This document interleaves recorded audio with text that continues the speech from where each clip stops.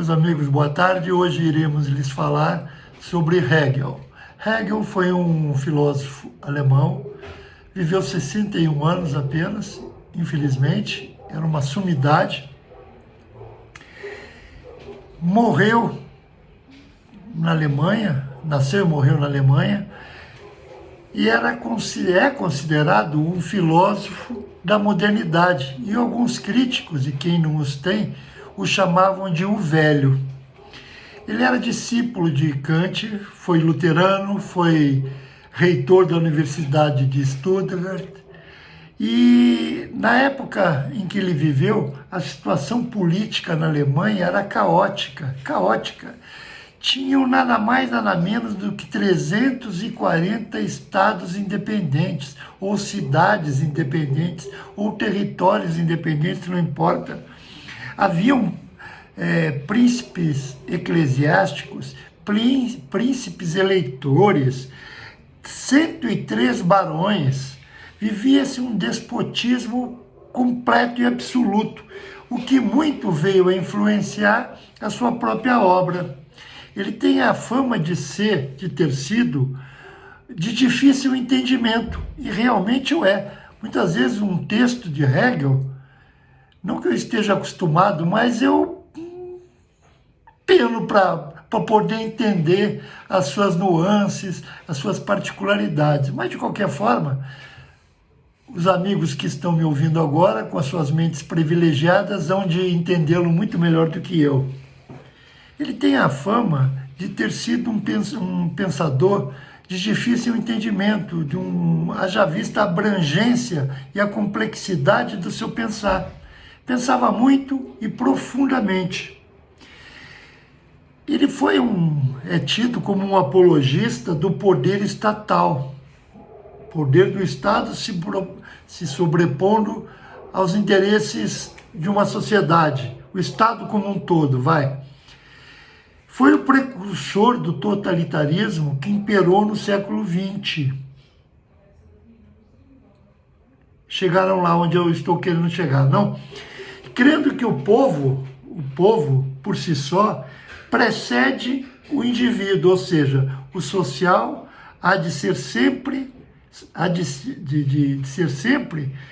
se sobrepor ao indivíduo, o que serviu de base para mais tarde, alguns anos mais tarde, Marx ter se valido do seu pensar. Ele afirmava que a história é um processo, é um momento de um processo em contínuo movimento. E essa maneira de pensar é conhecida como o idealismo absoluto, ou seja, o que de fato existe é a ideia. Consequentemente, vem um pensamento e que nos leva à razão. O seu princípio metafísico era o ser. Ou seja, o seu ponto de partida é a ontologia, o estudo do ser.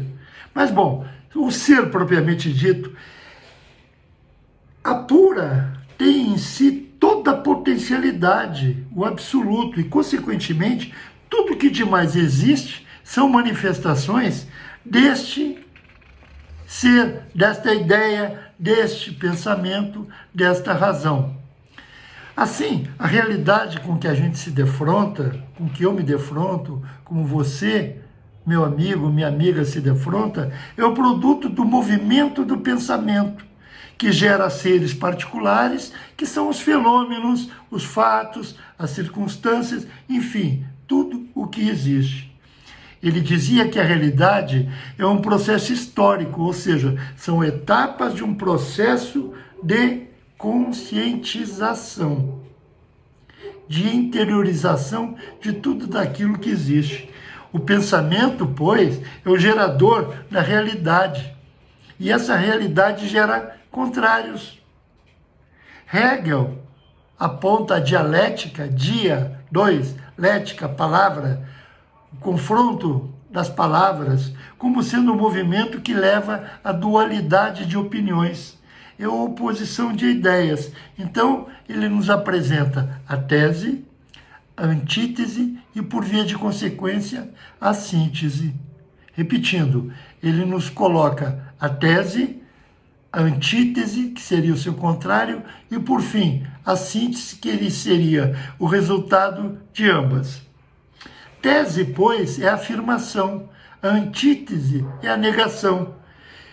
Eu não ser, simplesmente o não ser. E a síntese é o devir, o vir a ser. Ou seja, simplificando a coisa, nós temos uma laranjeira, uma árvore, que nos dá uma flor, que sobrevém uma laranja, que por sua vez nos leva a sementes. Ou ainda, o grão, a planta, o grão, o trigo dos nossos trigais, quando moído, o grão, que nos vai nos levar novamente ao grão. Então, grão, planta, grão. Querem dar uma enroscada na coisa? Vamos pensar o seguinte: tese é Deus. A antítese seria a matéria. E o que seria a síntese? Simplesmente o espírito, a nossa alma. Ou seja, é um tanto quanto forte nós pensarmos nas coisas assim, mas elas são fáceis. Hegel divide a sua filosofia, ou a filosofia, em lógica, filosofia da natureza e filosofia do espírito. Na verdade, o que eu quero pontuar aqui é que são 3 momentos, que a tese é uma ciência absoluta, que afirma que o pensamento é o ser. Sendo o ser a razão, donde tudo que é racional é real, e tudo que é real é racional. A razão, aí vem ele dar uma pitadinha de emoção na coisa, quando ele nos diz que a razão comanda a vida. Vou repetir, a razão comanda a vida, mas o sentimento, a emoção, é o imperativo que é atenuado pela ação. Para Hegel, tudo no mundo se interliga, tudo é dinâmico, tudo é conexo, tudo se completa. Tudo sempre tem um devir, tudo tem sempre um vir a ser. Evidentemente que o pensamento de Hegel é extensíssimo. Eu não quero ter a pretensão de lhes dizer quem foi Hegel, como foi Hegel, o pensamento de Hegel, em breves 8, 10 minutos. Contudo, eu lhes suscito, por favor, que se aprofundem no pensamento hegeliano. É magnífico. Nos conduz por caminhos infindáveis. Lhes agradeço a atenção. Por favor, se gostaram, cliquem no like, para que possamos continuar a lhes falar em outras oportunidades. Tenham todos uma boa tarde. Até mais ver.